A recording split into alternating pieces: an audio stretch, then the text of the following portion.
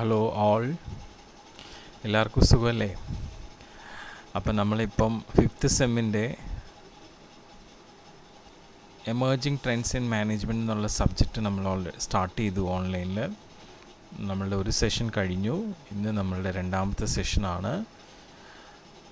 ഞാൻ വീണ്ടും ആവർത്തിച്ച് പറയുന്ന ഒരു കാര്യം ഇതാണ്: നിങ്ങൾ 5th സെമ്മിലാണ്, ദറ്റ് ഈസ് നിങ്ങളുടെ BBA കോഴ്സിൻ്റെ ഫൈനൽ ഇയറിലാണ്. പഠിക്കാനുള്ള റെസ്പോൺസിബിലിറ്റി കൂടുതൽ ഏറ്റെടുക്കുക.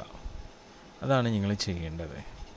കഴിഞ്ഞ 2 വർഷങ്ങളിൽ ഒരുപക്ഷെ നിങ്ങളുടെ മനസ്സ് നിങ്ങൾ പഠിക്കാനുള്ള റെസ്പോൺസിബിലിറ്റി ഏറ്റെടുത്തിട്ടുണ്ടാവില്ല അധികം. കാരണം വെച്ച് കഴിഞ്ഞാൽ പല സാഹചര്യങ്ങൾ കൊണ്ട്. ഓക്കെ, പക്ഷേ ഈ ഒരു വർഷം നിങ്ങൾ ആ രീതി തന്നെയാണെങ്കിൽ പിന്നീട് നമുക്കൊരുപാട് ബുദ്ധിമുട്ടുകൾ ഫേസ് ചെയ്യേണ്ടി വരും. അതുകൊണ്ട് മുൻകൂട്ടി തന്നെ കാര്യങ്ങൾ മനസ്സിലാക്കി പ്രവർത്തിക്കുക. കുറച്ചുകൂടി ബോധവാന്മാരാവുക നമ്മൾ. അതുകൊണ്ടാണ് പറയുന്നത്, പഠിക്കാനുള്ള റെസ്പോൺസിബിലിറ്റി ഏറ്റെടുക്കുക. എനിക്ക് പഠിക്കണം, എനിക്കിത് മനസ്സിലാക്കണം, ഞാനിത് പഠിച്ചെടുക്കണം, ഇതെനിക്ക് ആവശ്യമുള്ളതാണ്. മനസ്സിരുത്തുക.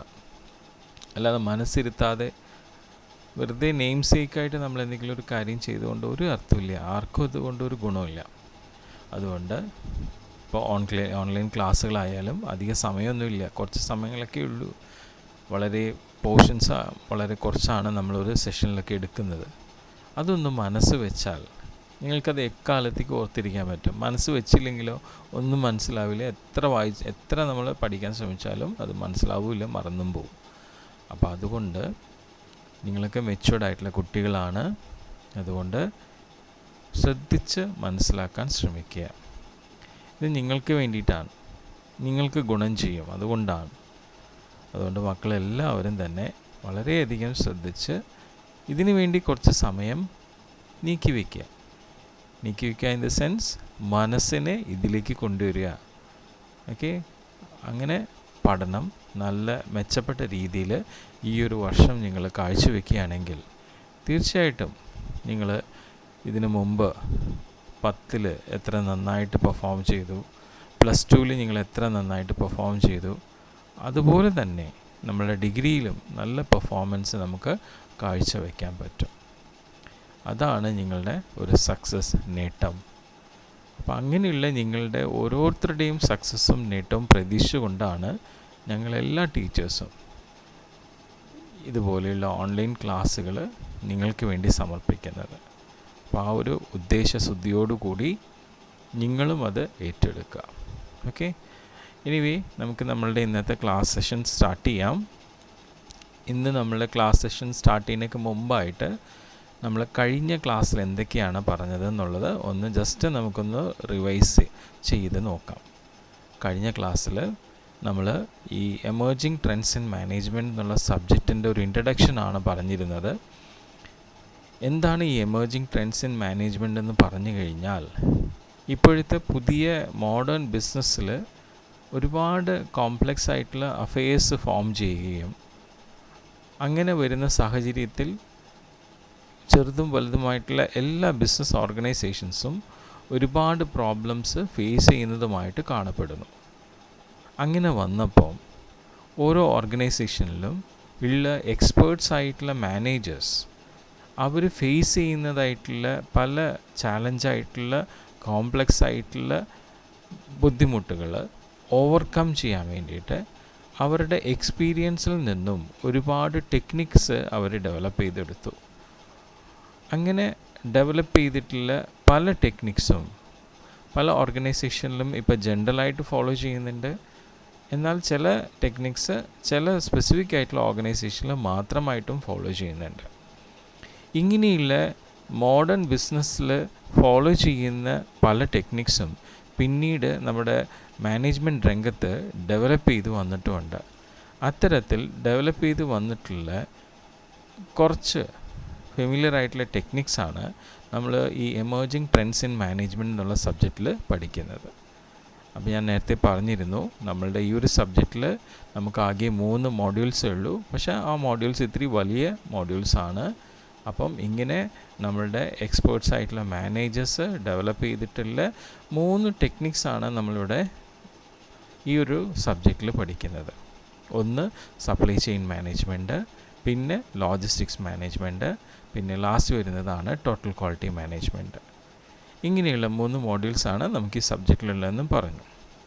ഇനി നമുക്ക് അതിൽ ആദ്യത്തെ മൊഡ്യൂളായിട്ടുള്ള സപ്ലൈ ചെയിൻ മാനേജ്മെൻറ്റിൽ എന്താണ് സപ്ലൈ ചെയിൻ എന്നുള്ളത് നമ്മൾ ഡെഫിനിഷൻ നോക്കി. ഈ സപ്ലൈ ചെയിൻ എന്നുള്ള കൺസെപ്റ്റ് നമ്മുടെ മാർക്കറ്റിങ്ങിലെ 4 P'സിൽ പ്രോഡക്റ്റ്, പ്രൈസ്, പ്ലേസ്, പ്രൊമോഷൻ, അതിൽ ആ പ്ലേസ് അല്ലെങ്കിൽ ഫിസിക്കൽ ഡിസ്ട്രിബ്യൂഷനിൽ നിന്നും ഡിറൈവ് ചെയ്തതാണെന്നും പറഞ്ഞു. അതിൻ്റെ കാരണം എന്താ വെച്ച് കഴിഞ്ഞാൽ ഇപ്പോഴത്തെ മോഡേൺ ബിസിനസ്സിൽ എല്ലാ ഓർഗനൈസേഷൻസും ഒരുവിധം ഫേസ് ചെയ്യുന്നൊരു പ്രോബ്ലമാണ് ക്വിക്ക് ഡെലിവറി ഓഫ് പ്രോഡക്ട്സ്. നമ്മുടെ കസ്റ്റമേഴ്സിൻ്റെ ഇപ്പോഴത്തെ ട്രെൻഡ് എന്താ വെച്ച് കഴിഞ്ഞാൽ അവർ ആവശ്യപ്പെടുന്ന പ്രോഡക്ട്സ് പെട്ടെന്ന് തന്നെ കിട്ടണം. അപ്പോൾ അങ്ങനെ പെട്ടെന്ന് കിട്ടാൻ വേണ്ടിയിട്ട് ഉള്ള ആ ഒരു പ്ലേസ് അല്ലെങ്കിൽ ഫിസിക്കൽ ഡിസ്ട്രിബ്യൂഷനിൽ നമ്മളുടെ എക്സ്പേർട്സ് എന്ത് ചെയ്തിട്ടുണ്ട്, കുറേയധികം മാറ്റങ്ങൾ കൊണ്ടുവന്നു. ആ മാറ്റങ്ങളുടെ ഫലമായിട്ടാണ് സപ്ലൈ ചെയിൻ എന്നുള്ളൊരു കൺസെപ്റ്റ് വന്നത്. അപ്പോൾ ഈ സപ്ലൈ ചെയിൻ കൺസെപ്റ്റിൽ നമ്മൾ കണ്ടിട്ടുള്ളൊരു കാര്യം എന്ന് വെച്ച് കഴിഞ്ഞാൽ ഇതിൽ ഇൻഡിവിജ്വലായിട്ട് ഉണ്ടായിരുന്ന പല ഓർഗനൈസേഷനും വളരെ മ്യൂച്വലായിട്ട് കോർഡിനേറ്റ് ചെയ്ത് ഇൻ്റർഡിപ്പെൻഡൻ്റ് ആയിട്ട് ഒരുമിച്ച് വർക്ക് ചെയ്ത് നമ്മളുടെ ഇപ്പോഴത്തെ കസ്റ്റമറിൻ്റെ ട്രെൻഡിനെ അവർ പ്രോപ്പറായിട്ട് സെർവ് ചെയ്യുക എന്നുള്ളതാണ്. അതാണ് സപ്ലൈ ചെയിനിൽ വരുന്നത്. അതിൻ്റെ ഡെഫിനിഷൻസ് കണ്ടു, അല്ല ഫീച്ചേഴ്സ് കണ്ടു, പിന്നെ സപ്ലൈ ചെയിൻ മാനേജ്മെൻറ്റ് എന്താണ് അതിൻ്റെ ഡെഫിനിഷൻ കണ്ടു. അതിലുപരി ആ സപ്ലൈ ചെയിൻ മാനേജ്മെൻറ്റിൽ ഏതൊക്കെ മാനേജ്മെൻറ്റ് ഉൾപ്പെടും. 1 സപ്ലൈ മാനേജ്മെൻറ്റ്, 2 മെറ്റീരിയൽസ് മാനേജ്മെൻറ്റ്, 3 നമ്മളുടെ manufacturing management, and finally logistics management. അങ്ങനെ 4 മാനേജ്മെൻറ്റ് ഉൾപ്പെടുന്നതാണ് നമ്മുടെ സപ്ലൈ ചെയിൻ മാനേജ്മെൻറ്റ് എന്നുള്ളത്. അപ്പം ഓരോ മാനേജ്മെൻറ്റും എന്തൊക്കെയാണ് ചെയ്യുന്നതെന്നുള്ള കാര്യം കൂടി നമ്മൾ കഴിഞ്ഞ ക്ലാസ്സിൽ ഡിസ്കസ് ചെയ്തു. അപ്പോൾ ഇതൊക്കെയാണ് നമ്മളുടെ ഫസ്റ്റ് സെഷനിൽ നമ്മൾ കംപ്ലീറ്റ് ചെയ്തിട്ടുണ്ടായിരുന്നത്. ഇനി നമ്മളുടെ ഇന്നത്തെ സെഷനിൽ നമ്മൾ ഡിസ്കസ് ചെയ്യാൻ പോകുന്നത് 2 കാര്യങ്ങളാണ്. ഒന്ന് നമ്മളുടെ സപ്ലൈ ചെയിൻ മാനേജ്മെൻറ്റിലുള്ള ഫ്ലോയിനെ കുറിച്ചും, 2 നമ്മളുടെ സപ്ലൈ ചെയിനിലുള്ള നമ്മളുടെ കമ്പണൻസ് അല്ലെങ്കിൽ പാർട്ടിസിപ്പൻസിനെ കുറിച്ചുമാണ്. ഓക്കെ, ഈ 2 കാര്യങ്ങളാണ്. അപ്പം ഇന്നത്തെ സെഷൻ കഴിയുമ്പോൾ തീർച്ചയായിട്ടും നിങ്ങൾക്ക് 2 ഗുണമുണ്ട്. ഒരു ഗുണം എന്താ വെച്ച് കഴിഞ്ഞാൽ ഈ flow of supply chain management എന്നുള്ളത് 4 മാർക്കിന് ചോദിക്കാവുന്നൊരു ചോദ്യത്തിൻ്റെ കൺസെപ്റ്റാണ്. ഓക്കെ, പിന്നെ ഈ കമ്പണൻസ് അല്ലെങ്കിൽ പാർട്ടിസിപ്പൻസ് ഓഫ് സപ്ലൈ ചെയിൻ എന്ന് പറയുന്നത് എപ്പോഴും എസ്സേ വരുന്നൊരു ചോദ്യമാണ്. അപ്പോൾ ഇന്ന് നിങ്ങളുടെ ഈ സെഷൻ നിങ്ങൾ നന്നായി ശ്രദ്ധിച്ച് മനസ്സിലാക്കി കഴിഞ്ഞാൽ 15ഉം 4ഉം 19 മാർക്ക് നിങ്ങൾക്ക് ഈ ഒരു സബ്ജക്റ്റിൽ സ്കോർ ചെയ്യാനുള്ള പോസിബിലിറ്റിയാണ് വരുന്നത്, ഓപ്പർച്യൂണിറ്റിയാണ് വരുന്നത്. അപ്പോൾ അത് ഇന്ന് തന്നെ യൂട്ടിലൈസ് ചെയ്യുക. ഒന്ന് റെസ്പോൺസിബിളായിട്ട് ഒന്ന് മനസ്സിരുത്തി ഈ കാര്യം മനസ്സിലാക്കി കഴിഞ്ഞാൽ പിന്നെ നിങ്ങളുടെ എക്സാം വരുന്ന സമയത്ത് ഒന്ന് ഓടിച്ചു നോക്കിയാൽ മതി, നിങ്ങൾക്ക് പെട്ടെന്ന് തന്നെ ക്ലിക്ക് ചെയ്യാം. കാരണം വെച്ച് കഴിഞ്ഞാൽ ഞാൻ നേരത്തെ പറഞ്ഞ പോലെ തന്നെ വളരെ സിമ്പിളായിട്ടുള്ളൊരു സബ്ജക്റ്റാണ്. ഈ സബ്ജക്റ്റിലേക്ക് നിങ്ങൾക്ക് മാക്സിമം സ്കോർ ചെയ്യാം. ഞാൻ നിങ്ങളുടെ 5th and 6th sem, that is നിങ്ങളുടെ ഫൈനൽ ഇയർ നന്നായി റെസ്പോൺസിബിളായിട്ട് ഞാൻ നിങ്ങളോട് പഠിക്കാൻ പറയാൻ കാരണം എന്ന് വെച്ച് കഴിഞ്ഞാൽ പ്രത്യേകിച്ചും BBA, ഫിനാൻസ്, അതുപോലെ HR നമുക്ക് തിയറി പേപ്പേഴ്സാണ് കൂടുതൽ വരിക. അപ്പോൾ തിയറി പേപ്പേഴ്സിൽ നമ്മൾ നന്നായി ശ്രദ്ധിച്ചു കഴിഞ്ഞാൽ നമുക്ക് നന്നായി സ്കോർ ചെയ്യാൻ പറ്റും. അത് നിങ്ങളുടെ പെർസെൻറ്റേജ് കൂട്ടാൻ നിങ്ങളെ വളരെയധികം സഹായിക്കും. ഒരു ജോബിൽ വേണ്ടിയിട്ടൊക്കെ നിങ്ങൾ പോകുന്ന സമയത്ത് നിങ്ങളുടെ 10th തൊട്ടുള്ള നിങ്ങളുടെ പെർഫോമൻസ് ആയിരിക്കും അവർ നോക്കുക. 10th നിങ്ങളുടെ പെർസെൻറ്റേജ് ലെവൽ, +2 നിങ്ങളുടെ പെർസെൻറ്റേജ് ലെവൽ, ഡിഗ്രിയുടെ പെർസെൻറ്റേജ് ലെവൽ, ഇതെല്ലാം അവർ നോക്കും.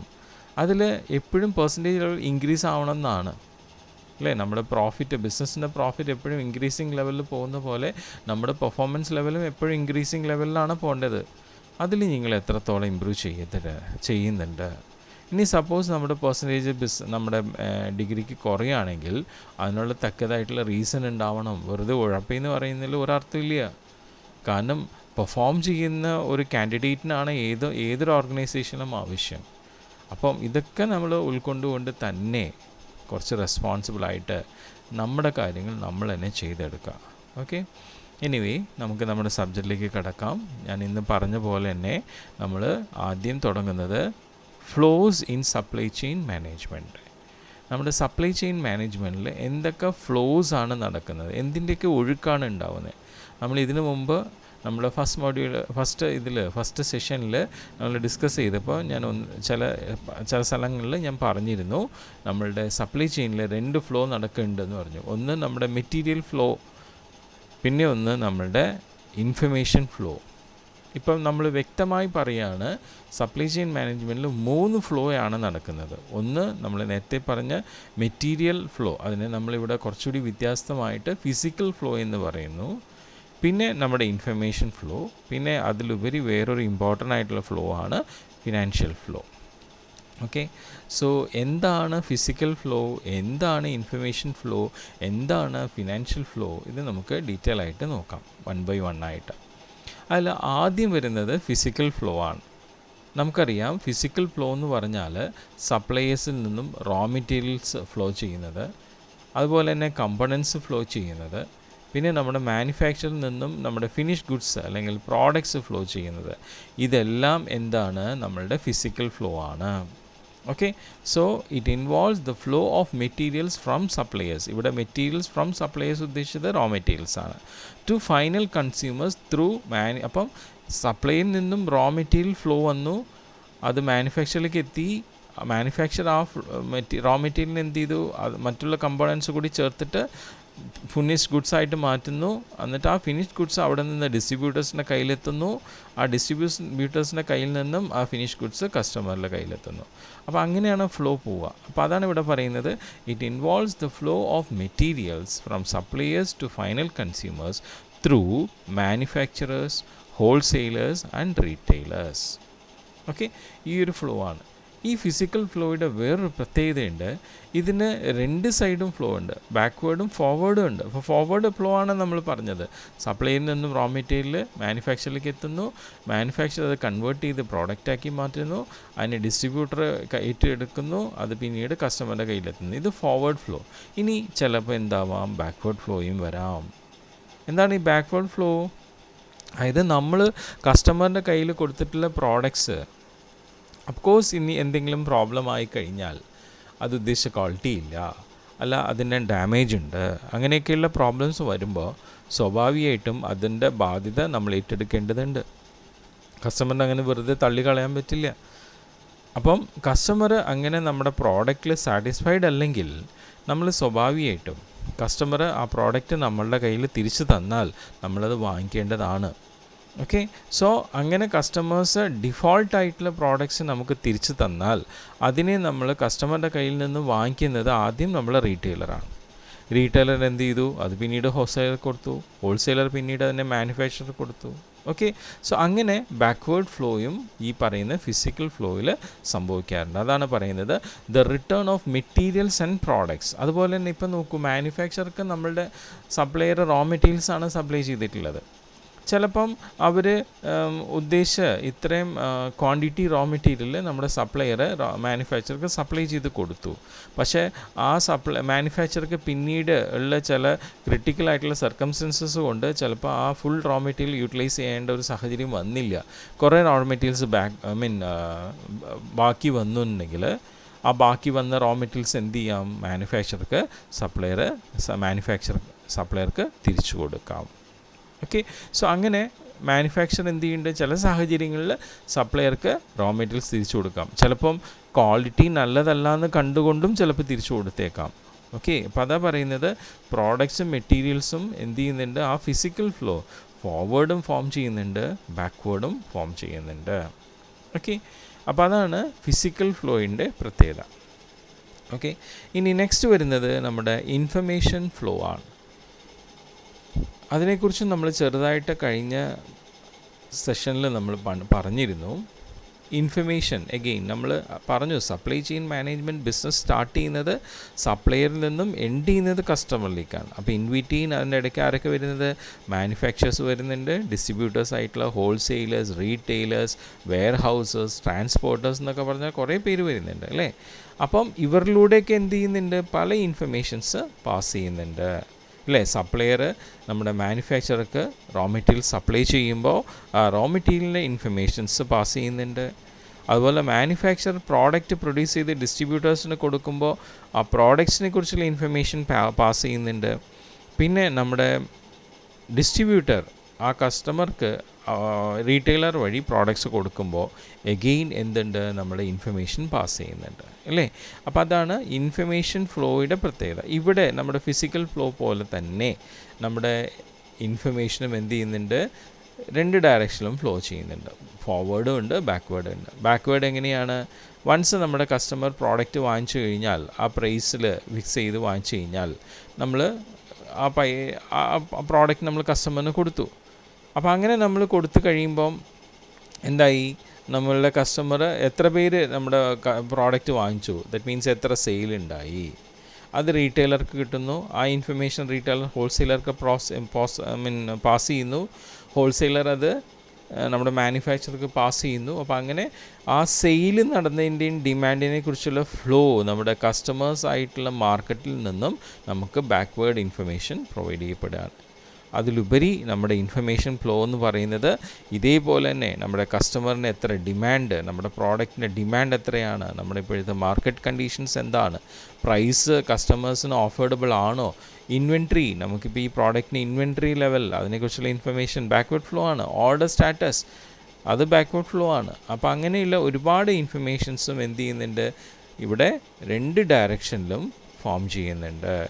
കൃത്യസമയത്താണ് അത് ഫോം ചെയ്യുന്നതെന്നുള്ളതും കൂടി ഇവിടെ എടുത്തു പറയേണ്ട ഒരു കാര്യമാണ്. കാരണം ഇൻഫർമേഷൻ കറക്റ്റ് സമയത്ത് ഫോം ചെയ്തില്ലെങ്കിൽ അതിന് വാലിഡിറ്റി ഇല്ല.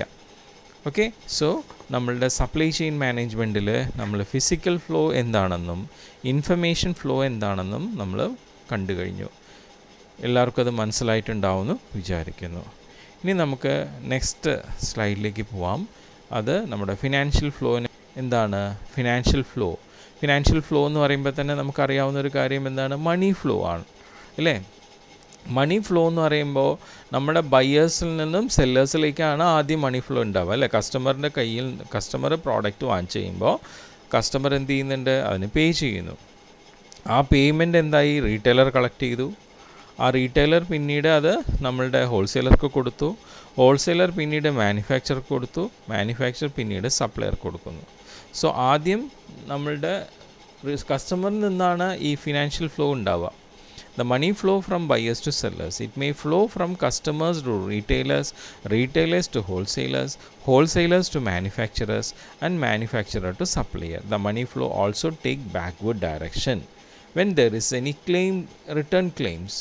നമ്മൾ നേരത്തെ ഫിസിക്കൽ ഫ്ലോയിൽ ഡാമേജ് ആയിട്ടുള്ള ഈ പറയുന്ന പ്രോഡക്റ്റ് കിട്ടിക്കഴിഞ്ഞാൽ തിരിച്ചെങ്ങനെ റിട്ടേൺ വരുന്നു, അതേപോലെ തന്നെ നമ്മുടെ മണി ഫ്ലോയും ചിലപ്പോൾ റിട്ടേൺ വന്നേക്കാം. അതായത് പ്രോഡക്റ്റ് അല്ല എന്ന് പറഞ്ഞ് കസ്റ്റമർ നമുക്ക് കൊണ്ട് തന്നു കഴിഞ്ഞാൽ നമ്മളിത് വാങ്ങിച്ചു കഴിഞ്ഞിട്ട് നമ്മൾ എന്ത് ചെയ്യണം, അയാളുടെ പൈസ തിരിച്ചു കൊടുക്കണം അല്ലേ. അപ്പോൾ അങ്ങനെയുള്ള റിട്ടേൺ ഫ്ലോയും ഇവിടെ നടക്കുന്നുണ്ട്. അപ്പോൾ ചുരുക്കി പറഞ്ഞാൽ നമ്മളുടെ ഫ്ലോ ഇൻ സപ്ലൈ ചെയിൻ മാനേജ്മെൻറ്റിൽ 3 ഫ്ലോ ഉണ്ട് പറഞ്ഞു. ഫിസിക്കൽ ഫ്ലോ, അതുപോലെ ഇൻഫർമേഷൻ ഫ്ലോ, അതുപോലെ ഫിനാൻഷ്യൽ ഫ്ലോ. എല്ലാതിൻ്റെയും ഒരു ജനറൽ നേച്ചർ എന്ന് വെച്ചാൽ they are in both direction. Forward ഡയറക്ഷനിലുണ്ട്, ബാക്ക്വേർഡ് ഡയറക്ഷനിലുണ്ട്.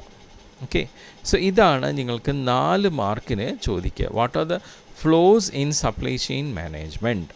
അപ്പോൾ ഇത് ഈ പറയുന്ന 3 ഫ്ലോസിനെ കുറിച്ചും വ്യക്തമായിട്ട് എഴുതുക. ഓക്കെ, അപ്പോൾ 4 മാർക്കിനുള്ള നമ്മളുടെ ഒരു ആൻസർ ഇന്ന് കിട്ടി. ഇനി നെക്സ്റ്റ് നമുക്ക് നമ്മളുടെ സപ്ലൈ ചെയിനിലുള്ള കമ്പണൻസ് അല്ലെങ്കിൽ പാർട്ടിസിപ്പൻസിനെ കുറിച്ച് ഓരോന്നായിട്ട് നമുക്ക് വിശദമായിട്ട് നോക്കാം. ഓക്കെ, നമ്മൾ നേരത്തെ ആരൊക്കെ പാർട്ടിസിപ്പൻസ് ആണെന്ന് ജസ്റ്റ് നോക്കിയിരുന്നു, പക്ഷെ അവരെക്കുറിച്ച് കൂടുതലായി നമ്മളൊന്നും അറിഞ്ഞിരുന്നില്ല. ഇപ്പോൾ നമ്മൾ ഡീറ്റെയിൽ ആയിട്ട് നോക്കുമ്പം നമുക്ക് അതിൽ ഇനിയും കൂടുതൽ ഇൻവോൾവ് ആയിട്ടുള്ള വേറെ ആരൊക്കെ ഉണ്ടെന്നുള്ള കൂടി നമുക്ക് മനസ്സിലാക്കാനായിട്ട് പറ്റും.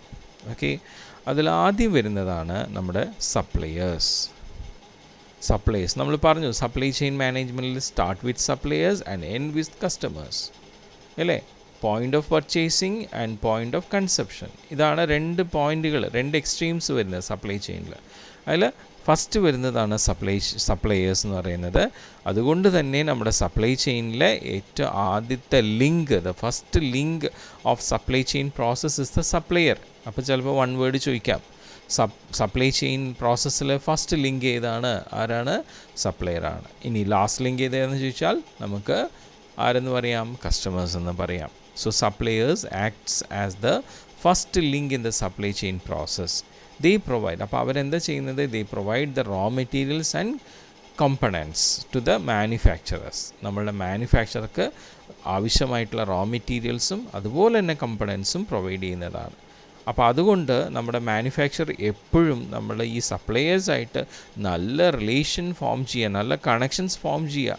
ആ കണക്ഷൻസ് നല്ലതാകുമ്പോൾ സ്വാഭാവികമായിട്ടും നമ്മുടെ സപ്ലയർ നമ്മുടെ മാനുഫാക്ചർക്ക് ആവശ്യമായിട്ടുള്ള എല്ലാ സാധനങ്ങളും കറക്റ്റ് ടൈമിൽ, കറക്റ്റ് മെറ്റീരിയൽ, കറക്റ്റ് പ്രൈസിൽ, കറക്റ്റ് ക്വാണ്ടിറ്റിയിൽ നമുക്ക് കൊണ്ടുതരും.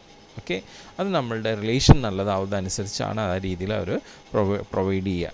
അതിലുപരി ഈ സപ്ലൈ ചെയിനിൽ നമ്മളുടെ കോസ്റ്റ് റിഡക്ഷൻ, ഇപ്പം നമ്മൾ സപ്ലയറിൽ നിന്ന് റോ മെറ്റീരിയൽ വാങ്ങിക്കുമ്പം നമ്മൾ സപ്ലയറിനെ സെലക്ട് ചെയ്യുകയാണ് അല്ലേ, ടെൻഡർ വിളിക്കുക. നമ്മൾ കമ്പനികളിലൊക്കെ നമ്മൾ പറയാറുണ്ട് ടെൻഡർ വിളിക്കുക, സപ്ലയേഴ്സിന് വേണ്ടിയിട്ട് ടെൻഡർ വിളിക്കുക. ആദ്യം കൊട്ടേഷൻ കൊടുക്കും. കൊട്ടേഷനിൽ കമ്പനിക്ക് ആവശ്യമായിട്ടുള്ള സാധനങ്ങളുടെ സ്പെസിഫിക്കേഷനാണ് അതിൽ പറയുക. അപ്പോൾ അത് കണ്ട് ഒരുപാട് സപ്ലയേഴ്സ് എന്ത് ചെയ്യും? നമ്മളുടെ ഓർഗനൈസേഷനെ അപ്രോച്ച് ചെയ്യും. അപ്പോൾ ആ ടെൻഡർ വിളിക്കുന്ന സമയത്ത് ഏറ്റവും നല്ല സപ്ലയർ ഏറ്റവും മിനിമം കോസ്റ്റിൽ നമ്മളുടെ ഓർഗനൈസേഷന് നല്ല ക്വാളിറ്റി ആരാണ് പ്രൊവൈഡ് ചെയ്യുന്നത് അവരെയാണ് സെലക്ട് ചെയ്യുന്നത്. സോ അതുകൊണ്ട് തന്നെയാണ് പറയുന്നത് സപ്ലയേഴ്സിൻ്റെ അവിടെയാണ് നമ്മുടെ കോസ്റ്റ് റിഡക്ഷൻ തുടങ്ങുന്നത്. അതാണ് ഇവിടെ പറയുന്നത്. Cost reduction of supply chain begins at this stage and pass on to the other stages. അപ്പോൾ ഇവിടെ നമ്മൾ സപ്ലയറിനെ സെലക്ട് ചെയ്യുമ്പോൾ നമ്മൾ കോസ്റ്റ് റിഡക്ഷൻ വരുന്നത് എങ്ങനെയാണ്? നമുക്ക് വേണ്ടതായിട്ടുള്ള റോ മെറ്റീരിയൽസ് ആയാലും അതിൻ്റെ കമ്പണൻസ് ആയാലും അത് ഏറ്റവും മിനിമം കോസ്റ്റിൽ നമുക്ക് തരുന്ന സപ്ലയർ ഏതാണ് എന്ന് വെച്ചിട്ട് നമ്മൾ ക്വാളിറ്റി കോംപ്രമൈസ് ചെയ്യുന്നില്ല. ഏറ്റവും മിനിമം കോസ്റ്റ്, നമുക്ക് എക്കണോമിക്കലായിട്ടുള്ള കോസ്റ്റ്, ആ കോസ്റ്റിൽ നമുക്ക് നല്ല ക്വാളിറ്റി റോ മെറ്റീരിയൽസ് അല്ലെങ്കിൽ കമ്പണൻസ് തരുന്ന സപ്ലയർ ആരാണോ ആ സപ്ലയർ ആയിരിക്കും നമ്മൾ എന്ത് ചെയ്യുക? സെലക്ട് ചെയ്യുക. ഓക്കെ, സോ അതാണ് നമ്മുടെ ഫസ്റ്റ് കമ്പണൻ്റ് ആയിട്ടുള്ള സപ്ലയർ. ഇനി നമ്മളുടെ സെക്കൻഡ് കമ്പണൻ്റ് അല്ലെങ്കിൽ പാർട്ടിസിപ്പൻ്റ് എന്ന് പറയുന്നത് ഓഫ്കോഴ്സ് നമ്മുടെ മാനുഫാക്ചററാണ്. നമുക്കറിയാം നമ്മളുടെ സപ്ലൈ ചെയിൻ ബിസിനസ്സിൽ രണ്ടാമത്തെ ലിങ്ക് എന്ന് പറയുന്നത് മാനുഫാക്ചററാണ്. ഇപ്പോൾ ഫസ്റ്റ് ലിങ്ക് ആരാണ്? സപ്ലയർ. സെക്കൻഡ് ലിങ്ക് ആരാണ്? മാനുഫാക്ചറർ. ലാസ്റ്റ് ലിങ്ക് ആരാണ്? Customers. Okay, so first, second, last നമ്മൾ അറിഞ്ഞു. ഇൻ ബിറ്റ്വീൻ ബാക്കിയുള്ളവരെ ചിലപ്പോൾ ഉണ്ടാവാം, ചിലപ്പോൾ ഇല്ലാതിരിക്കാം. അപ്പോൾ അതുകൊണ്ട് നമ്മൾ അതിനധികം കാര്യമായിട്ട് ഫിഗർ ചെയ്യുന്നില്ല. ഓക്കെ, അവർ ലിങ്ക് ആണെന്ന് മാത്രമേ പറയുന്നുള്ളൂ. കാരണം ചില സപ്ലൈ ചെയിനിൽ അവർ ചിലപ്പോൾ ഉണ്ടാവാം, ചിലപ്പോൾ ഉണ്ടാവാതിരിക്കാം. അപ്പോൾ പക്ഷേ ഇവർ എപ്പോഴും കറക്റ്റാണ്. ഫസ്റ്റും സെക്കൻഡും ലാസ്റ്റും എപ്പോഴും സെയിം ആണ് എല്ലാ ഇതിലും. ഓക്കെ, അപ്പോൾ the second link of supply chain എന്ന് പറയുന്നതാണ് ആര്? നമ്മുടെ മാനുഫാക്ചറേഴ്സ്. ഇവരെന്താ ചെയ്യുക? നമ്മളുടെ സപ്ലൈയിൽ നിന്നും വാങ്ങിക്കുന്ന റോ മെറ്റീരിയൽസും കമ്പണൻസും അതിനെ ഫിനിഷ് പ്രോഡക്റ്റ്സ് ആയിട്ട് കൺവേർട്ട് ചെയ്യുക ചെയ്യുന്നത്. അപ്പം ഈ ഫിനിഷ് പ്രോഡക്റ്റ്സ് ആയിട്ട് ഇവർ പ്രൊഡ്യൂസ് ചെയ്യുന്ന സമയത്ത് മാക്സിമം എക്സ്ട്രീം കെയർ, നല്ല ക്വാളിറ്റി പ്രോഡക്റ്റ് ഉണ്ടാക്കാൻ വേണ്ടിയിട്ട് ഇവർ ഉറപ്പ് വരുത്തുകയും കൂടി ചെയ്യുകയാണ്. അത് മാത്രമല്ല വേസ്റ്റേജ്, നമ്മൾ പ്രോഡക്റ്റ് പ്രൊഡ്യൂസ് ചെയ്യുമ്പോൾ വേസ്റ്റേജുകൾ ഉണ്ടാകുന്നത് സ്വാഭാവികമാണ്. പക്ഷേ ആ വേസ്റ്റേജ് ഇവിടെ എന്ത് ചെയ്യുന്നുണ്ട്? മിനിമത്തിലേക്ക് കൊണ്ടുവരിക ചെയ്യാം. സപ്ലയറിൽ നമ്മൾ കോസ്റ്റ് റിഡക്ഷൻ പറഞ്ഞു അല്ലേ? സപ്ലയറിൽ കോസ്റ്റ് റിഡക്ഷൻ എങ്ങനെയാണ് വരുന്നത്? നമ്മൾ സെലക്ട് ചെയ്യുന്ന സപ്ലയർ ഏറ്റവും മിനിമം കോസ്റ്റിൽ, അതായത് നമുക്ക് എക്കണോമിക്കലായിട്ടുള്ളൊരു കോസ്റ്റിൽ നല്ല quality raw material and components ആരാണ് സപ്ലൈ ചെയ്യുന്നത്, അങ്ങനെ നമ്മൾ അവിടെ കോസ്റ്റ് റെഡ്യൂസ് ചെയ്തു. ഇനി മാനുഫാക്ചറുടെ ഭാഗത്ത് കോസ്റ്റ് റിഡക്ഷൻ വരുന്നത് എങ്ങനെയാണ്? പ്രോഡക്റ്റ് പ്രൊഡ്യൂസ് ചെയ്യുന്ന സമയത്ത് നമുക്കുണ്ടാവുന്ന വേസ്റ്റേജ് മിനിമൈസ് ചെയ്യുക. ഓക്കെ, ആ വേസ്റ്റേജ് നമ്മൾ മിനിമൈസ് ചെയ്യുക. അതാണ് മാനുഫാക്ചറുടെ ഭാഗത്ത് വരുന്ന cost reduction. Major part of value addition takes place in this stage.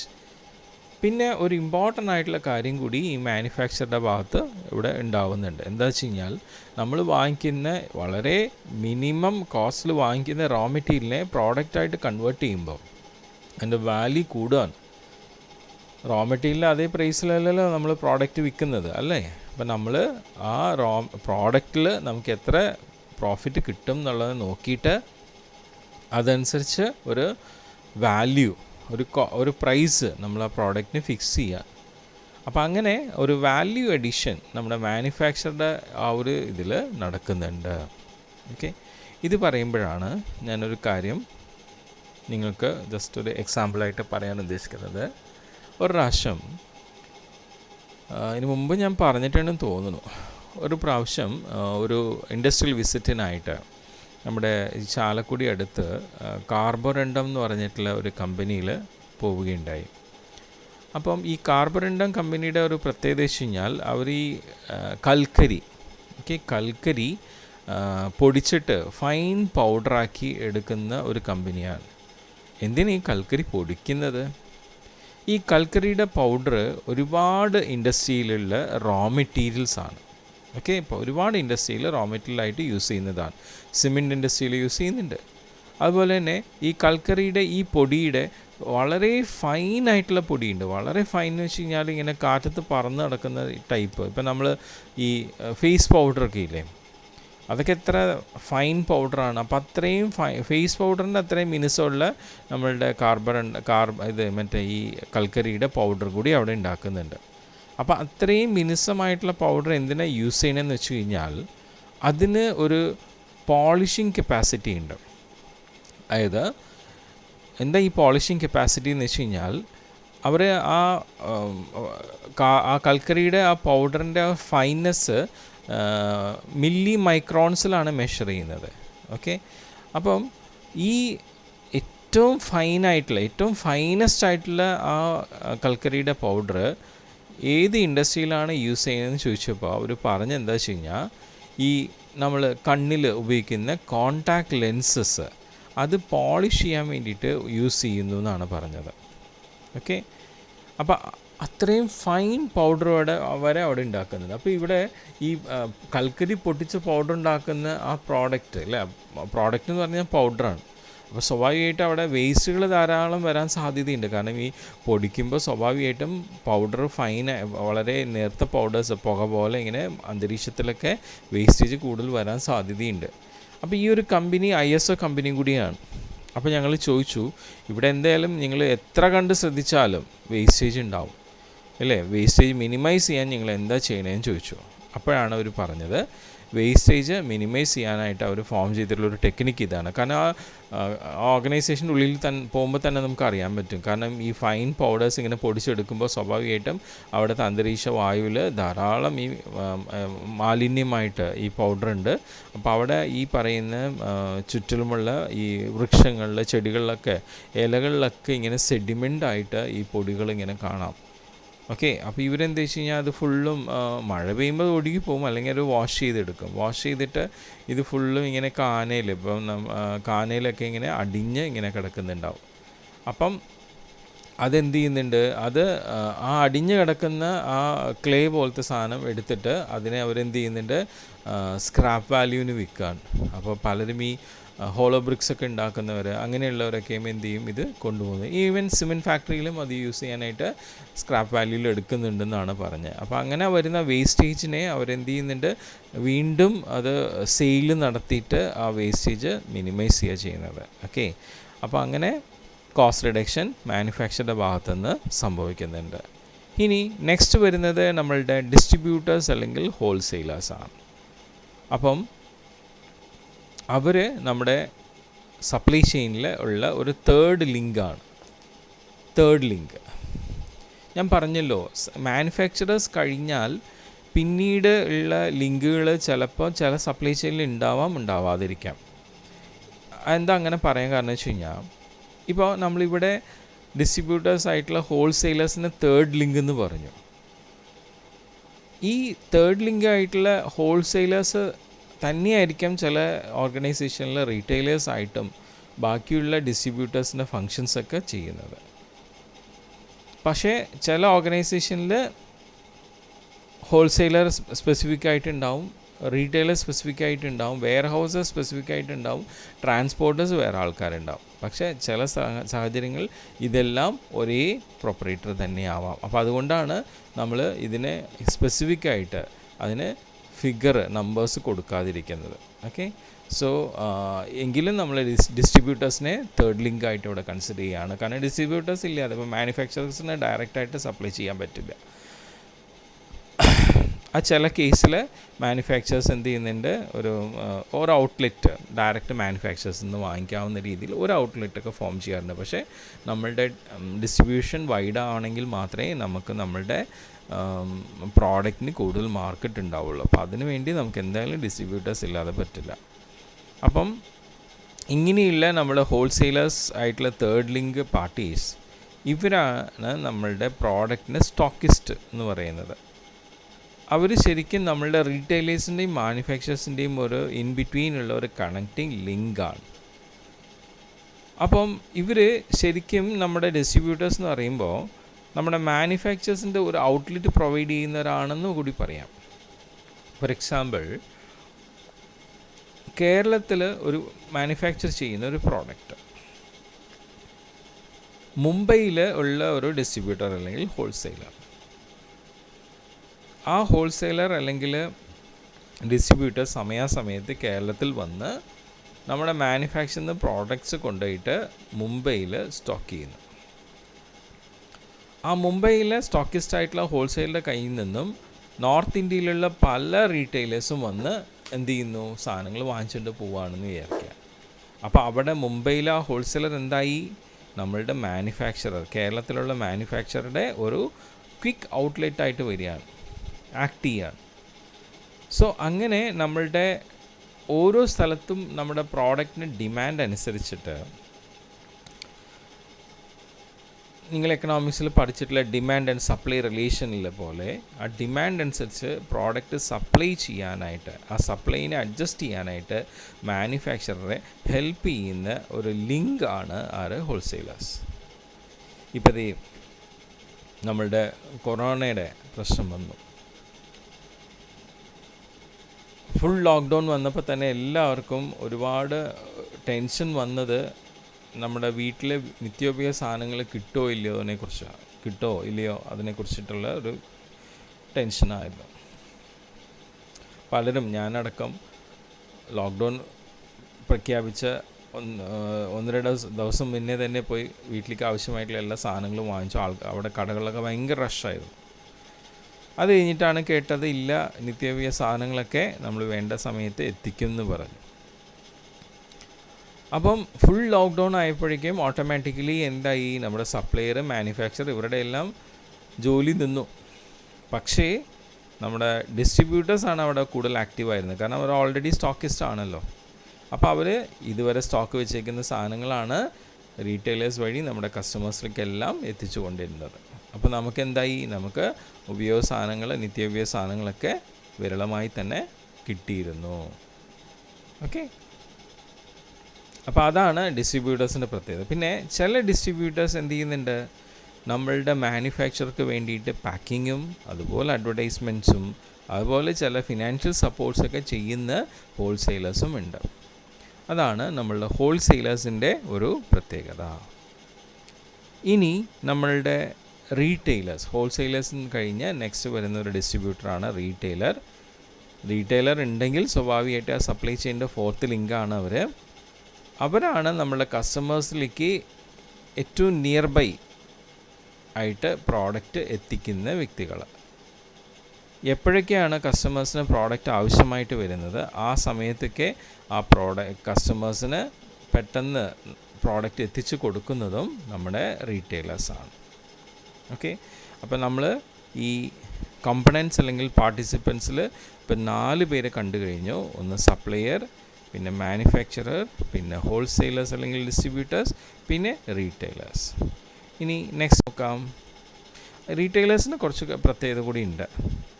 അവർ നമ്മളുടെ കസ്റ്റമേഴ്സിന് ശരിക്കും നല്ല ക്വാളിറ്റി പ്രോഡക്ട്സ് പ്രൊവൈഡ് ചെയ്ത് അതിൻ്റെ ശരിയായിട്ടുള്ള വാല്യൂ അവർക്ക് കൊടുക്കുന്നുണ്ട്. അപ്പം ഇങ്ങനെ കൊടുത്തു കഴിയുമ്പോൾ കസ്റ്റമേഴ്സായിട്ട് നല്ല റിലേഷൻ ഫോം ചെയ്യുകയാണ്. അതിലുപരി നമ്മുടെ കസ്റ്റമേഴ്സിനെ കുറിച്ചുള്ള എല്ലാ വളരെ ഇമ്പോർട്ടൻ്റ് ആയിട്ടുള്ള ഇൻഫർമേഷൻസ് നമ്മുടെ മാനുഫാക്ചേഴ്സിന് എത്തിച്ചു കൊടുക്കുന്നതും റീറ്റെയിലറാണ്. സോ അവർ കസ്റ്റമേഴ്സായിട്ട് എപ്പോഴും വളരെ ക്ലോസ് കോണ്ടാക്റ്റിലുണ്ടാവും. അതിലൂടെ ആ ക്ലോസ് കോണ്ടാക്റ്റിലൂടെ നമുക്ക് കസ്റ്റമറിന് വേണ്ട കാര്യങ്ങൾ ചെയ്തു കൊടുക്കാനും അവരെ മാക്സിമം സാറ്റിസ്ഫൈ ചെയ്യിക്കാനും റീറ്റെയിലേഴ്സിന് ഇതുകൊണ്ട് തന്നെ കഴിയുന്നതുമാണ്. ഓക്കെ, സോ അതാണ് റീറ്റെയിലർ. ഇനി റീറ്റെയിലറിനെ സപ്പോർട്ട് ചെയ്തുകൊണ്ട് വേറൊരു വ്യക്തിയും കൂടി നമ്മുടെ സപ്ലൈ ചെയിനിൽ ഉൾക്കൊള്ളാം. അവരെയാണ് നമ്മൾ സെയിൽസ് റെപ്രസെൻറ്റേറ്റീവ്സ് എന്ന് പറയുന്നത്. കാരണം റീറ്റെയിലറിനെ ചിലപ്പോൾ എല്ലായ്പ്പോഴും എല്ലാ കസ്റ്റമേഴ്സിനെയും ഒരേപോലെ സ്വീകരിക്കാൻ പറ്റിയെന്ന് വരില്ല. അപ്പോൾ അവരെ സപ്പോർട്ട് ചെയ്യാൻ വേണ്ടിയിട്ട് സെയിൽസ് റെപ്രസെൻറ്റേറ്റീവ്സ് ഉണ്ടാവും. സോ ഈ സെയിൽസ് റെപ്രസെൻറ്റേറ്റീവ്സ് എന്ന് പറയുന്നത് ഒരു കീ പേഴ്സണാണ്. എന്തുകൊണ്ടെന്ന് വെച്ചാൽ നമ്മളുടെ കസ്റ്റമറിലേക്ക് പ്രോഡക്റ്റിനെ ട്രാൻസാക്ട് ചെയ്യുന്നതിൽ വളരെ അവിഭാജ്യമായിട്ടുള്ളൊരു ഘടകമാണ് അവർ ഫോം ചെയ്യുന്നത്. ആരൊക്കെയാണ് നമ്മുടെ പൊട്ടൻഷ്യൽ കസ്റ്റമേഴ്സ് എന്ന് കണ്ട് ആ പൊട്ടൻഷ്യൽ കസ്റ്റമേഴ്സിനെ പ്രോഡക്റ്റിലേക്ക് എത്തിക്കുക എന്നുള്ളൊരു ഫങ്ഷൻ നമ്മളുടെ സെയിൽസ് റെപ്രസെൻറ്റേറ്റീവ്സ് ചെയ്യുന്നുണ്ട്. ഒരു പക്ഷേ നിങ്ങൾക്കറിയാം, സെയിൽസ് ജോബ് നല്ലൊരു ചാലഞ്ചിങ് ജോബാണ്. മിക്കവാറും യങ്സ്റ്റേഴ്സിനൊക്കെ ഏറ്റവും ഇഷ്ടപ്പെടുന്ന ഒരു ജോബാണ് സെയിൽസ് ജോബ്. അത് യങ്സ്റ്റേഴ്സ് ഇഷ്ടപ്പെടാൻ കാരണം എന്ന് വെച്ച് കഴിഞ്ഞാൽ, ഒന്ന് നല്ല റെമ്യൂണറേഷൻ ആയിരിക്കും. ഈവൻ ദോ ഇപ്പം നമുക്ക് ഇങ്ങനെ ഓടിച്ചാടിയൊക്കെ ജോലി ചെയ്യാം, ഒരു സ്ഥലത്ത് ഇരുന്ന് ജോലി ചെയ്യാതെ നമുക്ക് ഒരുപാട് ട്രാവലിങ് കാര്യങ്ങളൊക്കെ. അപ്പോൾ അത് യങ്സ്റ്റേഴ്സിന് ഭയങ്കര എൻജോയബിൾ ആയിരിക്കും. കുത്തിയിരുന്ന ഒരു സ്ഥലത്ത് ജോലി ചെയ്യാതെ ഓടിച്ചാടി ജോലി ചെയ്യുക. അതുപോലെ തന്നെ നല്ല റെമ്യൂണറേഷൻ കിട്ടും. നമുക്ക് നല്ല കസ്റ്റമർ ഓർഡറൊക്കെ പ്ലേസ് ചെയ്ത് കഴിഞ്ഞാൽ സ്വാഭാവികമായിട്ടും നല്ല റെമ്യൂണറേഷൻ കിട്ടും. അപ്പോൾ അതുകൊണ്ട് യങ്സ്റ്റേഴ്സിന് എപ്പോഴും സൂട്ടബിൾ ആയിട്ടുള്ള ഒരു ജോബാണ് സെയിൽസ് ജോബ്. അപ്പം ഈ സെയിൽസ് റെപ്രസെൻറ്റേറ്റീവ്സ് പൊട്ടൻഷ്യൽ ബയേഴ്സിനെയാണ് കണ്ടെത്തുന്നത്. സാധാരണ ഇപ്പം ഈ സെയിൽസ് ട്രെയിനിങ്ങിനൊക്കെ പോകുന്ന സമയത്ത് അവർക്ക് കൊടുക്കുന്ന ട്രെയിനിങ്ങും അങ്ങനെ തന്നെയാണ്. എങ്ങനെയാണ് പൊട്ടൻഷ്യൽ കസ്റ്റമേഴ്സിനെ കണ്ടെത്തുക? ഒരുപാട് ടെക്നിക്സ് ഉണ്ടാവില്ല. ഇപ്പം ഞാൻ ചെറിയൊരു ടെക്നിക്ക് പറയാം. മിക്കവാറും സെയിൽസ് ട്രെയിനിങ്സിലൊക്കെ പറയുന്നൊരു ട്രെയിനിങ് ടെക്നിക്കാണ്. That is spin model. SPIN, spin model. Spin model എന്ന് വെച്ചാൽ S stands for situation, P stands for product, I stands for initiation and N stands for negotiation. ഇതാണ് സ്പിൻ മോഡൽ. അപ്പം നമ്മൾ ഒരു കസ്റ്റമറിനെ അപ്രോച്ച് ചെയ്ത് കഴിയുമ്പോൾ, സെയിൽസ് റെപ്രസെൻറ്റേറ്റീവ്സ് എപ്പോഴും നമ്മളെ കസ്റ്റമേഴ്സിനെ ഡയറക്റ്റായിട്ടാണ് അപ്രോച്ച് ചെയ്യുക അല്ലേ? നമ്മുടെ വീടുകളിലൊക്കെ ഒരുപാട് സെയിൽസ് റെപ്രസെൻറ്റേറ്റീവ്സ് വരാറുണ്ട്. ഇനി നിങ്ങൾ ഒബ്സർവ് ചെയ്താൽ മനസ്സിലാക്കാൻ പറ്റും. ആദ്യം നമ്മളൊരു കസ്റ്റമറിനെ മീറ്റ് ചെയ്ത് കഴിയുമ്പോൾ നമുക്കറിയില്ല ഈ കസ്റ്റമർ നമ്മുടെ പ്രോഡക്റ്റ് ആവശ്യമായിട്ടുള്ളൊരു കസ്റ്റമറാണോ അല്ലയോ എന്നുള്ളത്. അപ്പം നമ്മൾ ആദ്യം എന്ത് ചെയ്യണം? ആ കസ്റ്റമർക്ക് നമ്മുടെ പ്രോഡക്റ്റ് ആവശ്യമുണ്ടോ എന്നുള്ളത് മനസ്സിലാക്കിയെടുക്കണം. ചോദിച്ചെടുക്കല്ല ചെയ്യേണ്ടത്, മനസ്സിലാക്കിയെടുക്കുക ചെയ്യേണ്ടത്. അപ്പോൾ അതിനു വേണ്ടി നമ്മൾ എന്ത് ചെയ്യുന്നു? സിറ്റുവേഷൻ ആണ് നോക്കുക. ഇപ്പോൾ നമ്മുടെ വീട്ടിൽ വരുന്ന ഒരു സെയിൽസ് റെപ്രസെൻറ്റേറ്റീവ് ആദ്യം വന്ന് നമ്മളെ വിഷ് ചെയ്തു. സാർ എവിടെ ജോലി ചെയ്യണമെന്ന് ചോദിച്ചു. സാറിൻ്റെ വൈഫ് ജോലി ചെയ്യുന്നുണ്ടോ എന്ന് ചോദിച്ചു. എത്ര മക്കളുണ്ടോ ചോദിച്ചു. മക്കളൊക്കെ എന്തിലൊക്കെയാണ് പഠിക്കണേന്ന് ചോദിച്ചു. ഓക്കെ, എല്ലാ വിവരം പറഞ്ഞു. ആൾ സിറ്റുവേഷൻ അനലൈസ് ചെയ്യാണ്. അവസാനം സിറ്റുവേഷൻ അനലൈസ് ചെയ്തപ്പോൾ അയാൾക്ക് തോന്നി പഠിക്കുന്ന മക്കളുണ്ട്, സ്കൂളിൽ പഠിക്കുന്ന മക്കളുണ്ട്. അപ്പോൾ ആൾക്ക് തോന്നി ഫേവറബിൾ സിറ്റുവേഷനാണ്. കാരണം ഇയാൾ വിൽക്കാൻ വന്നേക്കുന്നത് ഡിക്ഷണറിയാണ്. അപ്പോൾ പറഞ്ഞു, സർ ഞങ്ങളുടെ കമ്പനി ഇപ്പം ഒരു നല്ല മോഡേൺ ആയിട്ടുള്ള ഒരു വിഷ്വൽ ഡിക്ഷണറിയാണ് ഇപ്പോൾ പുറത്തിറക്കിയിരിക്കുന്നത്. നിങ്ങളുടെ പഠിക്കുന്ന മക്കൾക്ക് ഒരുപാട് ഉപകാരപ്രദമാണ്. അവർക്ക് ഡിക്ഷണറിയിൽ ഓരോ വാക്കുകളെക്കുറിച്ച് മനസ്സിലാക്കുന്നതിലുപരി അതിൻ്റെ ഇമേജും കൂടി ആ ഡിക്ഷണറിയിൽ കാണുമ്പം കുറേ കൂടി വ്യക്തമായിട്ട് കാര്യങ്ങൾ മനസ്സിലാക്കാനായിട്ട് പറ്റും. അപ്പോൾ സിറ്റുവേഷൻ ആദ്യം നോക്കി, പ്രോഡക്റ്റ് ഇൻട്രൊഡ്യൂസ് ചെയ്തു, പിന്നെ ഇനീഷ്യേഷൻ എടുക്കാൻ. സർ നിങ്ങൾ സാധാരണ ഒരു ഡിക്ഷണറി വാങ്ങിക്കുകയാണെങ്കിൽ നിങ്ങൾക്ക് ഇത്രയാണ് വരുന്നത് പൈസ. പക്ഷേ ഞങ്ങളുടെ ഇപ്പോഴത്തെ ഡിക്ഷണറി ഒരു ഡിസ്കൗണ്ടർ റേറ്റിലാണ്, ഒരു ഇൻട്രൊഡക്ടറി പ്രൈസിലാണ് കൊടുക്കുന്നത്. സാറിന് ഇത് വാങ്ങിച്ചു കഴിഞ്ഞാൽ ഒരിക്കലും ഒരു നഷ്ടമുണ്ടാവുന്നില്ല. ഇനീഷ്യേഷനായി. അപ്പോൾ ഇതൊക്കെ കേട്ട് കഴിയുമ്പം സ്വാഭാവികമായിട്ടും ഏതൊരു പാരൻസും അവരുടെ മക്കൾക്ക് വേണ്ടിയിട്ട് പ്രത്യേകിച്ചും പഠിക്കുന്ന കാലത്ത് പഠിക്കുന്നതിന് വേണ്ടി എന്തും ചെയ്യാൻ തയ്യാറുള്ള മാതാപിതാക്കളാണ് ഇപ്പോഴത്തെ ഇതിൽ. ഒരു ഡിക്ഷണറി അല്ലേ, വാങ്ങിച്ചു കൊടുത്തേക്കാം, ചിലപ്പോൾ അതുകൊണ്ട് അവർ 4 അക്ഷരം പഠിച്ചാലോ. അപ്പോൾ നമുക്കൊരു ചെറിയ മനസ്സ് വന്നു. എന്നാലും പെട്ടെന്ന് ഇങ്ങനെ ഇതാന്ന് പറഞ്ഞാൽ അപ്രതീക്ഷിതമായിട്ട് ഇത്രയും വലിയ ഡിക്ഷണറി മേടിക്കാമെന്ന് പറഞ്ഞാൽ, സാർ കുഴപ്പമില്ല സാർ, ഇന്ന് എനിക്ക് ഹാഫ് പേയ്മെൻറ്റ് തന്നാൽ മതി, നാളെ ഞാൻ ബാക്കി വന്ന് വാങ്ങിച്ചോളാം, അല്ലെങ്കിൽ ഒരാഴ്ച കഴിഞ്ഞ് ഞാൻ ബാക്കി വന്ന് വാങ്ങിച്ചോളാം. നെഗോസിയേഷൻ.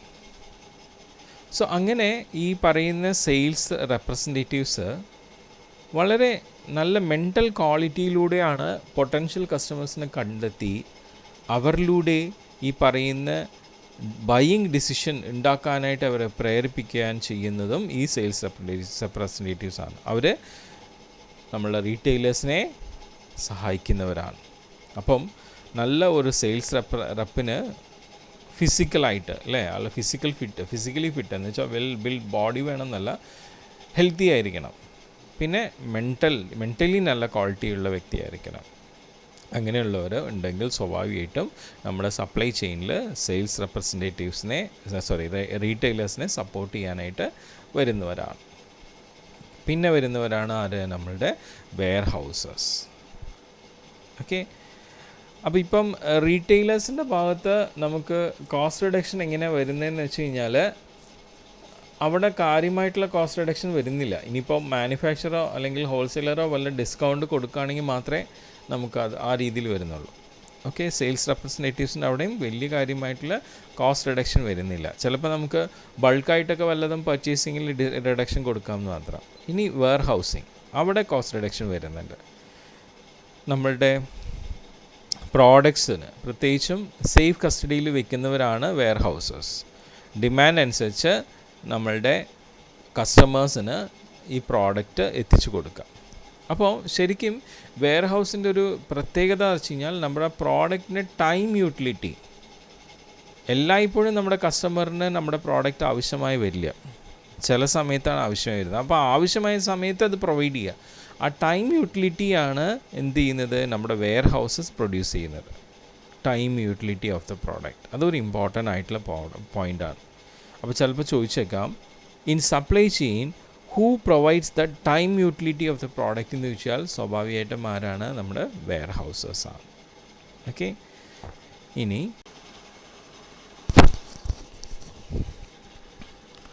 നമ്മൾ വെയർ ഹൗസസിനെ കുറിച്ച് പറഞ്ഞു. അത് കഴിഞ്ഞാൽ നെക്സ്റ്റ് വരുന്നതാണ് ട്രാൻസ്പോർട്ട് കമ്പനീസ്. നമ്മൾ വെയർ ഹൗസസിൻ്റെ പ്രത്യേകത പറഞ്ഞ എന്തായിരുന്നു, ദേ പ്രൊവൈഡ് ദ ടൈം യൂട്ടിലിറ്റി. ഇവിടെ ട്രാൻസ്പോർട്ട് കമ്പനീസിന് ഇത്തരത്തിലൊരു പ്രത്യേകതയുണ്ട്. എന്താണെന്ന് വെച്ചാൽ ദേ പ്രൊവൈഡ് ദ പ്ലേസ് യൂട്ടിലിറ്റി. യഥാസമയം പ്രോഡക്ട്സ് പ്രൊവൈഡ് ചെയ്യുന്നത് വെയർ ഹൗസസ് ആണെങ്കിൽ, ഏത് സ്ഥലത്തേക്കാണ് പ്രോഡക്റ്റ് എത്തിക്കേണ്ടത് അത് പ്രൊവൈഡ് ചെയ്യുന്നത് ട്രാൻസ്പോർട്ട് കമ്പനീസാണ്. അപ്പോൾ അങ്ങനെ നമ്മളുടെ ട്രാൻസ്പോർട്ട് കമ്പനീസ് പല ഡിഫറെൻറ്റ് പ്ലേസസിലേക്ക് നമ്മുടെ കസ്റ്റമറിൻ്റെ ഓർഡറിനെ ഫുൾഫിൽ ചെയ്യുന്ന രീതിയിൽ ഡെലിവറി ടൈം ഏറ്റവും മിനിമൈസ് ചെയ്തുകൊണ്ട്, കാരണം ഇപ്പോൾ നമുക്ക് ഒരുപാട് ട്രാൻസ്പോർട്ടേഷൻ വേ ഉണ്ട്, ആ വേയിലൊക്കെ നമുക്ക് നമ്മുടെ പ്രോഡക്ട്സിനെ എത്രയും പെട്ടെന്ന് തന്നെ ഏത് സ്ഥലത്ത് ലോകത്ത് എവിടെയാണെങ്കിലും ആ ആവശ്യപ്പെടുന്ന കസ്റ്റമറിൻ്റെ കയ്യിൽ ഇത് എത്തിച്ചു കൊടുക്കാനുള്ള സംവിധാനങ്ങൾ നമ്മുടെ ട്രാൻസ്പോർട്ടിങ് കമ്പനി പ്രൊവൈഡ് ചെയ്ത് തരുന്നുണ്ട്. അപ്പോൾ ആ രീതിയിലാണ് ട്രാൻസ്പോർട്ടിങ് കമ്പനീസ് നിലകൊള്ളുന്നത്. അപ്പോൾ അതുകൊണ്ട് തന്നെയാണ് പറയുന്നത് the place utility of the product is provided by the transport companies. അപ്പോൾ ചിലപ്പോൾ വൺ വേർഡായിട്ട് ചോദിക്കാവുന്ന കാര്യങ്ങൾ ഇതാണ്. ടൈം യൂട്ടിലിറ്റി പ്രൊവൈഡ് ചെയ്യുന്നത് ആരാണ്, നമ്മളുടെ വെയർ ഹൗസസ് ആണ്. ട്രാൻസ്പോർട്ട് കമ്പനീസ് പ്ലേസ് യൂട്ടിലിറ്റിയാണ് പ്രൊവൈഡ് ചെയ്യുന്നത്. ഓക്കെ. അപ്പോൾ ഇത് ഈ ട്രാൻസ്പോർട്ട് കമ്പനീസ് നമുക്ക് റോഡ് വേസ്, വാട്ടർ വേസ്, പിന്നെ സ്കൈ വേസ് എല്ലാം ഉണ്ട്. അപ്പം ടൈം ഏറ്റവും കുറവ് ടൈമിൽ നമുക്ക് ക്വിക്കായിട്ട് എത്തിക്കാവുന്ന സംവിധാനങ്ങൾ ഇവിടെ നമുക്ക് അവൈലബിൾ ആണ്. അപ്പം ഞാനിത് പറയുമ്പോഴാണ്, ഇപ്പം നമ്മളുടെ ഇന്ത്യയിൽ സൗത്ത് ഇന്ത്യയിൽ പ്രത്യേകിച്ചും തമിഴ്നാട്, കർണാടക, ആന്ധ്ര ഈ ഭാഗങ്ങളിൽ നിന്നൊക്കെ അവിടെയൊക്കെ ഒരുപാട് ഈ ഫ്ലവേഴ്സ്, പൂക്കളൊക്കെ കൃഷിയുള്ള സ്ഥലങ്ങളാണ് അധികം. കേരളത്തിൽ നമുക്ക് അധികം ഇല്ല. അപ്പം ഇങ്ങനെയുള്ള ഫ്ലവേഴ്സ് നമുക്കറിയാം, ഈ പെരിഷബിൾ ഗുഡ്സാണ് ഈ ഫ്ലവേഴ്സൊക്കെ പറഞ്ഞാൽ. അപ്പം ലോകത്ത് പല സ്ഥലങ്ങളിലേക്കും ഇങ്ങനെയുള്ള പെരിഷബിൾ ഗുഡ്സ് ഇപ്പം വളരെ ക്വിക്കായിട്ട് നമ്മളുടെ ട്രാൻസ്പോർട്ടേഷൻ കമ്പനീസ് ഫോർവേഡ് ചെയ്ത് കൊടുക്കുന്നുണ്ട്. പ്രത്യേകിച്ച് ഇപ്പോൾ ബാംഗ്ലൂരിൽ നിന്നൊക്കെയുള്ള റോസുകൾ അല്ലേ, ഇപ്പം നമ്മൾ ഈവൻ കേരളത്തിലേക്കും അവിടെ നിന്നൊക്കെയാണ് വരുന്നത്. അപ്പം അങ്ങനെയുള്ള റോസസൊക്കെ വളരെ ക്വിക്കായിട്ട് നമുക്കിവിടെ എത്തിക്കാനും, അതുപോലെ തന്നെ വിദേശ രാജ്യങ്ങളിലേക്ക് ഇപ്പോൾ നമ്മളുടെ തമിഴ്നാട്ടിൽ നിന്നൊക്കെ അവിടെ നിന്നൊക്കെ കൂടുതൽ പോകുന്ന ഈ ജാസ്മിൻ ഫ്ലവേഴ്സൊക്കെയാണ്. അപ്പോൾ അത് അവിടെ ഫോറിൻ കൺട്രീസിൽ അവിടുത്തെ ഫ്ലവർ മാർക്കറ്റ്സ് ഓപ്പൺ ആകുമ്പോഴേക്കും ഇവിടുന്ന് ജാസ്മിൻ ഫ്ലവേഴ്സ് അവിടെ എത്തിച്ചിട്ടുണ്ടാവും. അപ്പോൾ അങ്ങനെ വളരെ ക്വിക്കായിട്ട് ആ പ്ലേസിലേക്ക് എത്തിച്ച് അതിൻ്റെ യൂട്ടിലിറ്റി പ്രൊവൈഡ് ചെയ്യുന്നത് ട്രാൻസ്പോർട്ട് കമ്പനീസാണ്. അപ്പോൾ അവർ നമ്മുടെ സപ്ലൈ ചെയിനിൽ ഒരു മേജർ പാർട്ടിസിപ്പൻ്റാണ്. പിന്നെ വരുന്നതാണ് നമ്മളുടെ ഈ പറയുന്ന ഫിനാൻഷ്യസ് എന്ന് പറയുമ്പോൾ അവരുടെ പ്രത്യേകത എന്താ വെച്ച് കഴിഞ്ഞാൽ, അവർ നമ്മളുടെ സപ്ലൈ ചെയിനിലുള്ള ഓരോ ഇൻഡിവിജ്വൽ ഓർഗനൈസേഷന് ആവശ്യമായിട്ടുള്ള ഫിനാൻഷ്യൽ സപ്പോർട്ട് പ്രൊവൈഡ് ചെയ്യുന്നവരാണ്. ബാങ്ക്സ്, അതുപോലെ തന്നെ ഫിനാൻഷ്യൽ ഇൻസ്റ്റിറ്റ്യൂഷൻസൊക്കെ, ഇപ്പോൾ നമ്മുടെ സപ്ലയർ, മാനുഫാക്ചറർ, ഡിസ്ട്രിബ്യൂട്ടേഴ്സ്, ഇവർക്കൊക്കെ ഒരുപാട് പൈസ ആവശ്യമുണ്ടല്ലോ അവരാ ബിസിനസ് റൺ ചെയ്യാൻ. കാരണം കസ്റ്റമർ കയ്യിൽ നിന്ന് കാശ് കിട്ടുന്നവരെ അവർക്ക് വെയിറ്റ് ചെയ്തിരിക്കാൻ പറ്റില്ല.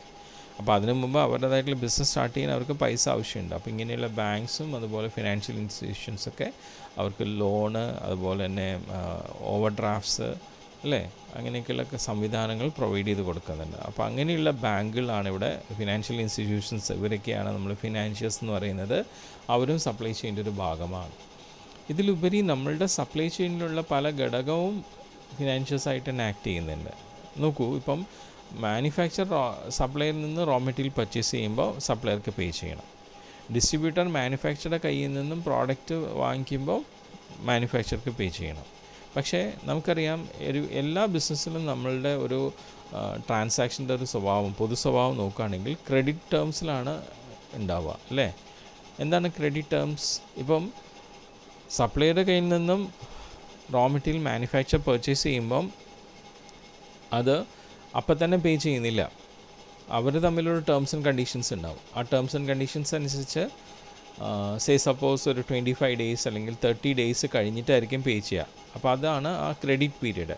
അപ്പോൾ ഇന്ന് സപ്ലയർ റോ മെറ്റീരിയൽ സപ്ലൈ ചെയ്ത് കഴിഞ്ഞാൽ ഇന്ന് തൊട്ട് 30 ദിവസം കഴിയുന്ന എപ്പോഴാണോ അന്നായിരിക്കും മാനുഫാക്ചറർ സപ്ലയർക്ക് പേയ്മെൻറ്റ് കൊടുക്കുക. അല്ലെങ്കിൽ 30 days കഴിഞ്ഞിട്ടുള്ള ഒരു ചെക്ക് അല്ലേ, ആ ചെക്ക് ആയിരിക്കും കൊടുക്കുന്നത്. അപ്പോൾ ആ ഡേറ്റിൽ അത് കൊണ്ട് സബ്മിറ്റ് ചെയ്താൽ അയാൾക്ക് പൈസ കിട്ടുള്ളൂ.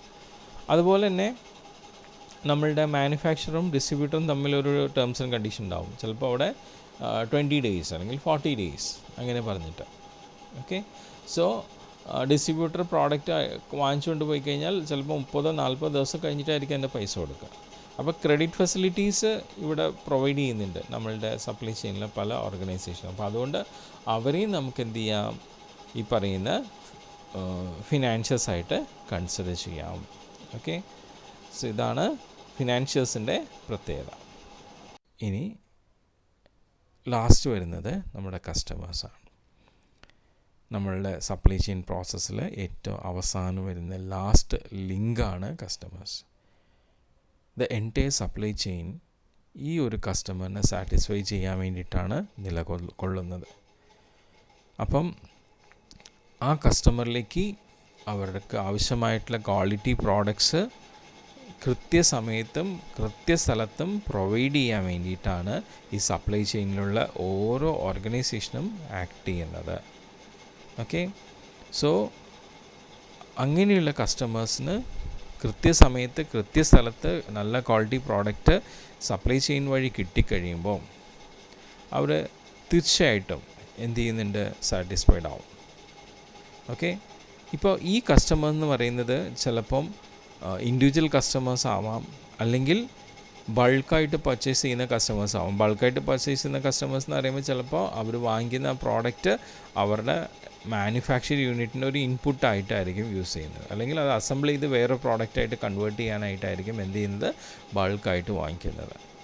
എനിവേ, നമ്മളുടെ ഈ സപ്ലൈ ചെയിൻ ഈ കമ്പണൻസ് അല്ലെങ്കിൽ പാർട്ടിസിപ്പൻസ് 9 പേരുണ്ട്. അവരെക്കുറിച്ചൊക്കെ നമ്മൾ വിശദമായി മനസ്സിലാക്കി കഴിയുമ്പോൾ നമുക്കൊരു കാര്യം വ്യക്തമാവുന്നത്, നമ്മളുടെ supply chain starts and ends with കസ്റ്റമേഴ്സാണ്. എങ്ങനെയാണ് starts and ends with customers എന്ന് പറഞ്ഞാൽ, കസ്റ്റമറിൻ്റെ ഡിമാൻഡ് അനുസരിച്ച് പ്രവർത്തിച്ച് തുടങ്ങി, കസ്റ്റമറിനെ സാറ്റിസ്ഫൈ ചെയ്യിച്ച് കംപ്ലീറ്റ് ചെയ്ത് തുടങ്ങി. അങ്ങനെയാണ് ഈ സപ്ലൈ ചെയിൻ നിലകൊള്ളുന്നത്. ഓക്കെ, സോ ചിലപ്പോൾ എക്സാമിന് എസ്സേ ഇങ്ങനെ ആയിരിക്കും ചോദിക്കുന്നത്, explain in detail the participants or components of supply chain management. അല്ലെങ്കിൽ ഇൻഡയറക്റ്റ് ആയിട്ട് ചോദിക്കാം, supply chain business starts and ends with customers, explain. ഈ 2 ചോദ്യത്തിനും ഇതാണ് ഉത്തരം. അപ്പം അങ്ങനെ നമ്മളുടെ ഇന്നത്തെ സെഷൻ കഴിഞ്ഞിരിക്കുകയാണ്. ഇന്നത്തെ സെഷൻ കംപ്ലീറ്റ് ചെയ്തപ്പോൾ നിങ്ങൾക്ക് 2 ക്വസ്റ്റ്യൻസിന് ആൻസേഴ്സാണ് കിട്ടുന്നത്. ഒന്ന് 4 മാർക്കിന് flow of supply chain management, പിന്നെ നമ്മുടെ സപ്ലൈ ചെയിൻ മാനേജ്മെൻറ്റ് കമ്പണൻസ് എന്ന് പറഞ്ഞാൽ എസ്സേ 15 മാർക്ക്. അപ്പോൾ 15ഉം 4ഉം 19 മാർക്കിൻ്റെ ഇതാണ് നമ്മളിന്ന് പഠിച്ചിട്ടുള്ളത്. ജസ്റ്റ് മനസ്സിലാക്കി വയ്ക്കുക. തീർച്ചയായിട്ടും ഇതുകൊണ്ട് നിങ്ങൾക്ക് നന്നായിട്ട് എക്സാം എഴുതാനും പറ്റും. ഓക്കെ, ഇനി എന്തായാലും നമുക്ക് അടുത്ത സെഷനിൽ കാണാം. So thank you very much. എല്ലാവരും ശ്രദ്ധിച്ച് മനസ്സിലാക്കിയെടുക്കാൻ ശ്രമിക്കുക. വളരെ സിമ്പിളായിട്ടുള്ള വേയിലാണ് ഞാൻ നിങ്ങൾക്കിത് അവതരിപ്പിക്കുന്നത്. എല്ലാവർക്കും മനസ്സിലാവുന്ന രീതിയിലാണ് അവതരിപ്പിക്കണമെന്ന് ഞാൻ വിചാരിക്കുന്നു. സോ എന്തെങ്കിലുമൊക്കെ പോരായ്മകളുണ്ടെങ്കിൽ എനിക്ക് വാട്സപ്പിൽ നിങ്ങൾ സമ്മറി അയക്കുമ്പോൾ അതിൽ മെൻഷൻ ചെയ്യണം. അത് ഞാൻ പിന്നീട് കറക്റ്റ് ചെയ്യുന്നതായിരിക്കും. Okay, so thank you so much once again. Take care and be safe. കാരണം ഇപ്പോഴത്തെ ഒരു സാഹചര്യമാണ്. നിങ്ങൾ യങ്സ്റ്റേഴ്സാണ്, ആരോഗ്യം ശ്രദ്ധിക്കണം. വളരെ സേഫായിട്ട് നമ്മളുടെ കൊറോണയുടെ എല്ലാവിധ മാർഗനിർദ്ദേശങ്ങളനുസരിച്ച് ജീവിതം നയിക്കുക. ഓക്കെ, എന്തായാലും നമുക്ക് ഈ ഒരു അവസ്ഥയ്ക്ക് പെട്ടെന്ന് മാറിക്കിട്ടാൻ വേണ്ടി നമ്മൾ പ്രാർത്ഥിക്കുകയും വേണം കേട്ടോ.